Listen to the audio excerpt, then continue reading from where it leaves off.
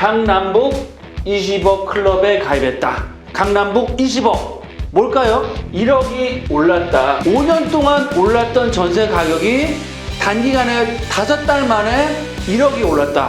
이게 끝이 아니죠. 전세값 올해 떨어질까요? 올라갈까요?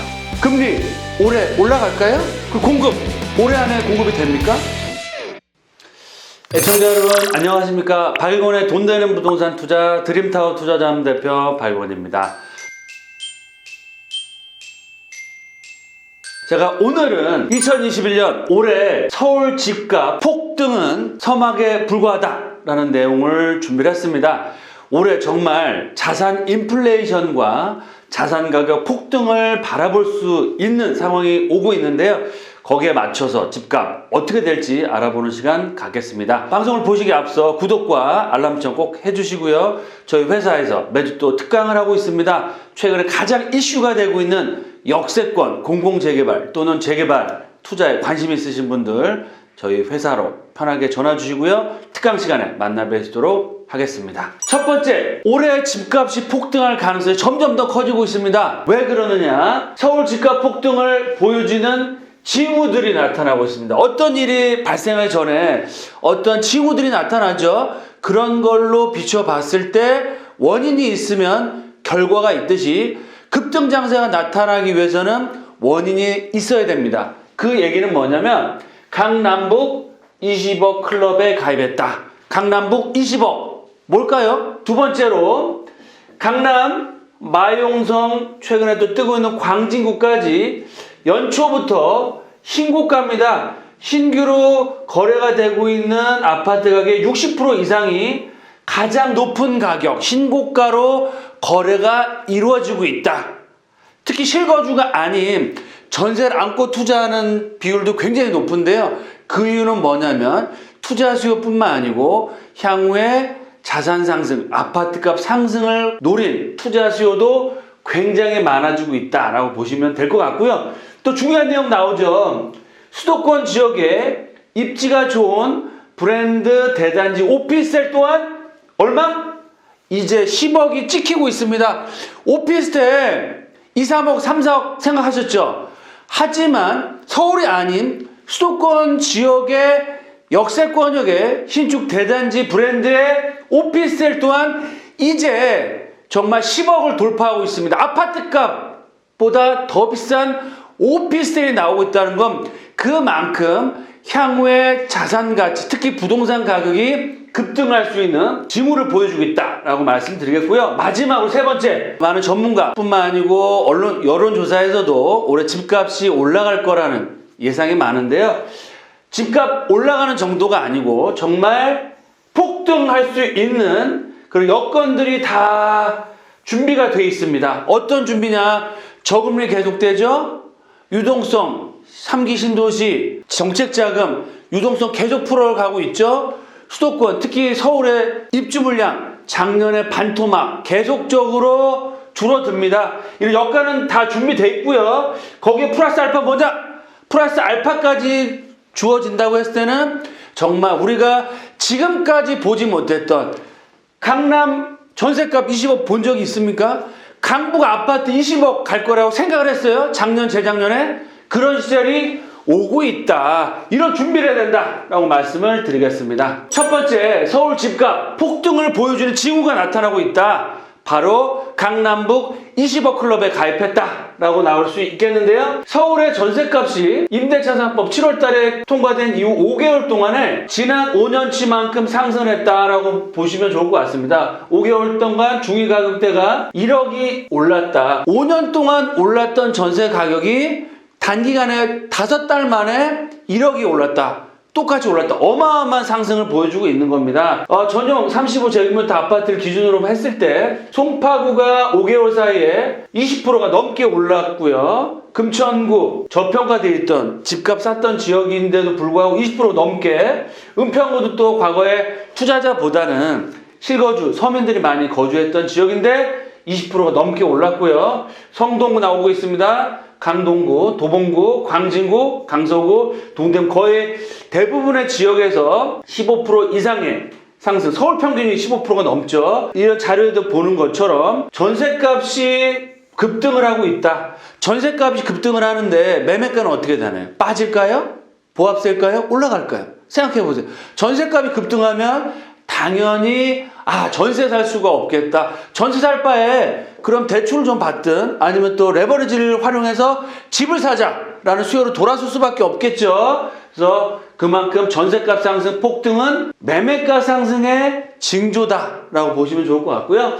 30평형대 강남은 전세 20억이고요. 도심권역에 매매가 20억 시대가 왔다라고 보시면 좋을 것 같습니다. 30평대 기준으로 해서 20억 클럽이 도래했다.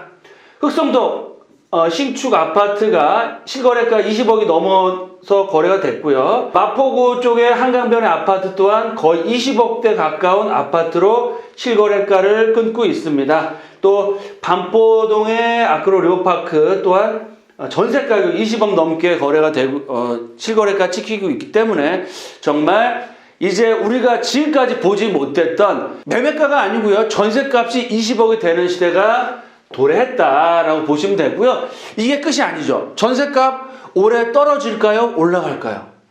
여러 가지 상황들, 정책적인 거나 매물의 수급이나 여러 가지 상황들을 봤을 때 더욱더 올라갈 수밖에 없다. 두 번째, 강남이나 마용성 신고가를 형성하고 있고요. 정말 심지어는 수도권역에 있는 오피스텔도 이제는 10억입니다. 강북에 있는 아파트가 10억이 아니고요. 수도권 지역에 오피스텔이 10억을 벌써 찍는 시대가 왔다라고 보시면 좋을 것 같습니다. 강남, 돌고 돌아 강남이죠. 강남 도심권, 수도권, 지방. 지금 수도권에 파주, 김포에 있는 아파트가 33평대 10억이 훌쩍 넘어가고 있습니다. 그러면 어때서 강남 아파트 20억짜리 아파트가 쌀 것 같아, 비쌀? 오히려 싸게 보인다라고 보이시면 좋을 것 같습니다. 따라서 강남이 다시 올라가고 있고요. 마용성, 광진구 연초부터 신고가. 한 달 동안 마용성에서 460건이 넘게 거래됐는데 절반 이상이 신고가를 형성하고 있습니다. 그래서 강남 불패, 서울 한강변 불패, 마용성 광 불패라는 얘기가 나오고 있고요. 아파트가 전체적으로 다 올랐죠. 다시 강남으로 올라가고 있다라고 말씀을 드리겠고, 말씀드린 것처럼 저금리 계속 이어지죠. 유동성 너무너무 많이 풀렸죠. 따라서 전세난도 계속적으로 이루어지고 있기 때문에 신고가가 지속적으로 올라갈 수밖에 없다. 지금 당장 입주를 안 한다고 하더라도 나중에 입주를 하기 위해서 미리 선계약 한다는 얘기도 많이 나오고 있습니다. 거기는 실거주뿐만 아니고 투자까지도 수요도 이루어진다라고 말씀드리고요. 젊은 2030 세대가 일산 하남으로 외곽으로 빠지죠. 왜 빠집니까? 서울의 아파트값 너무 비싸다 보니까 빠지고 아파텔이라고 하죠. 아파트와 구조가 비슷한 투룸, 쓰리룸형의 그런 대단지의 오피스텔 또한 10억을 형성하고 있다. 한 달 새 시세가 1억 이상 올랐다고 나오고 있고요. 나오죠. 서울과 수도권 아파트 값이 급등을 하다 보니까 집을 살 수가 없죠. 외곽으로 나가서 청약도 해야 되고 또 청약 가점이나 대출, 아파트는 대출이 안 나오지만 오피스텔 대출이 많이 나오기 때문에 오피스텔로 매매 수요가 올라가고 있고요. 1년 새 많이 뛴 데는 가격이 2배 이상 올라간 지역도 있다라고 나오고 있습니다. 그만큼 서울 핵심적인 지역 아파트, 수도권 지역에 입지가 좋은 오피스텔 또한 10억을 돌파하고 있다. 마지막으로 폭등을 준비할 여건은 다 준비가 됐습니다. 거기 플러스 알파까지 준비하고 있다. 뭘까요? 저금리가 계속적으로 지속되고요. 올해도 0.5% 계속될 것 같이 보여집니다. 유동성은 계속적으로 폭발하죠. 토지 보상금만 올해 3기 신도시 사전 청약 올해 7월 달부터 한다고 하는데요. 청약받고 공사하려면 어떻게 돼요? 보상을 해야 되겠죠. 토지 보상금 이제 물밀듯이 수도권 지역에 보상이 되면 물밀듯이 다시 서울 인서울 할 수밖에 없다. 두 번째, 서울 신축 아파트 입주 물량이 작년에 반으로 급감하고요. 내후년에는 반의 반토막으로 급감합니다. 특히 다주택자에 대한 규제, 양도세 중과라든지 매물 잠김 현상이 심화되기 때문에 매물이 나오질 않고 있다. 마지막으로 지금 주가 3,000포인트 돌파했습니다. 어마무시하게 지금 올라가고 있는데요. 주식값이 올라가면 주식시장 계속 자금이 주식시장에 몰려있을까요? 생각해 보십시오. 1억을 투자해서 3억을 벌었으면 계속 주식 투자하시는 분보다는 그 일부 자금은 집을 산다거나 부동산으로 또 해지를 할 수밖에 없죠. 왜냐? 주식 변동성이 너무 크고 위험자산이죠. 그럼 상대적으로 안전자산이고 실거주, 투자 수요까지 할 수 있는 어디다? 돈 많이 버신 분들은 당연히 강남권이나 빌딩을 사시겠지만 어느 정도 수익을 보신 분들 또한 주식 자금이 어디로 온다? 부동산으로 올 수밖에 없다. 또한 알파 뭐냐? 바로 코로나가 정말 백신도 이제 접종을 한다고 하고 치료제까지 나온다고 해서 올 연말, 올 하반기에 코로나가 잡힌 후에는 지금도 경기가 이렇게 안 좋은데도 아파트 값이 정말 하루가 다르게 급등을 하고 있는 상황인데 경기도 좋아지고 코로나까지 잡힌다고 했을 때는 어떻게 돼요?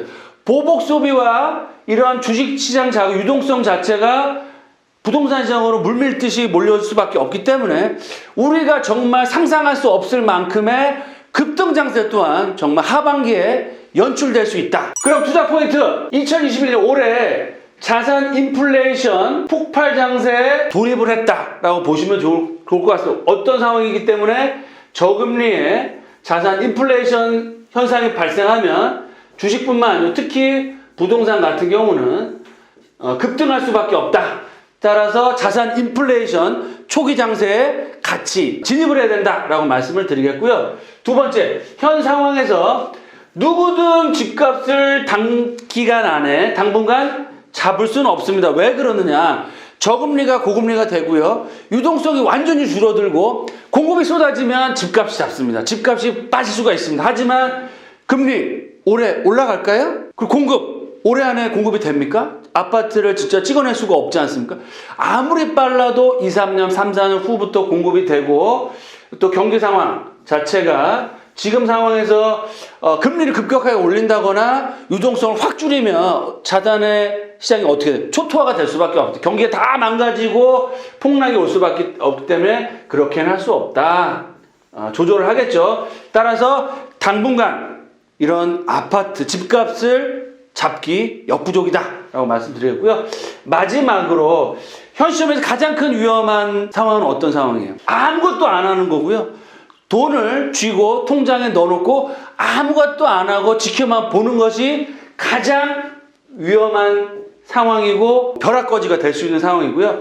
지금 당장 실행에 옮기셔야 이런 벼락거지에서 벗어나면서 자산 인플레이션 장세에 동참을 하고 자산 양극화에도 초양극화에 살아남을 수 있는 그런 투자자가 될 수 있다라고 말씀드리고요. 올해 내년 상승장에 승부를 걸 수 있는 지역은 서울 핵심적인 역세권역의 개발 가능성이 높은 정책적으로나 공급 확대 전략에 가장 큰 수혜를 얻을 수 있는 역세권 개발이 될 수 있는 지역에 재개발 지역 투자하시는 것이 가장 큰 수익을 얻을 수 있는 전략이다 라고 말씀을 드리겠습니다. 올해 2021년 자산 폭등 장세의 징조가 나타나고 있습니다. 이런 징조들을 깨달으시고 정말 현금을 보유하시거나 통장에 넣고 이 시장들 자산시장을 멀뚱멀뚱 바라보지 마시고요. 정말 내가 할 수 있는 범위 내에서 어떠한 투자를 어떠한 투자 지역 어떤 종목을 투자할지 생각을 하시고 행동에 옮기셔서 이번 자산 상승에 탈락하지 않는 정말 승리자가 될 수 있는 부의 추월차선에 올릴 수 있는 그런 애청자분들이 되시기를 정말 간곡하게 말씀을 드리겠습니다. 하시는 사업 일 잘 되시길 바라겠고요. 돈보다 소중한 건 뭐다? 건강입니다. 건강 늘 잘 챙기시고 특강 시간에 또 만나 뵙고 좋은 투자 방향 또 종목 같이 투자할 수 있도록 하겠습니다. 감사합니다.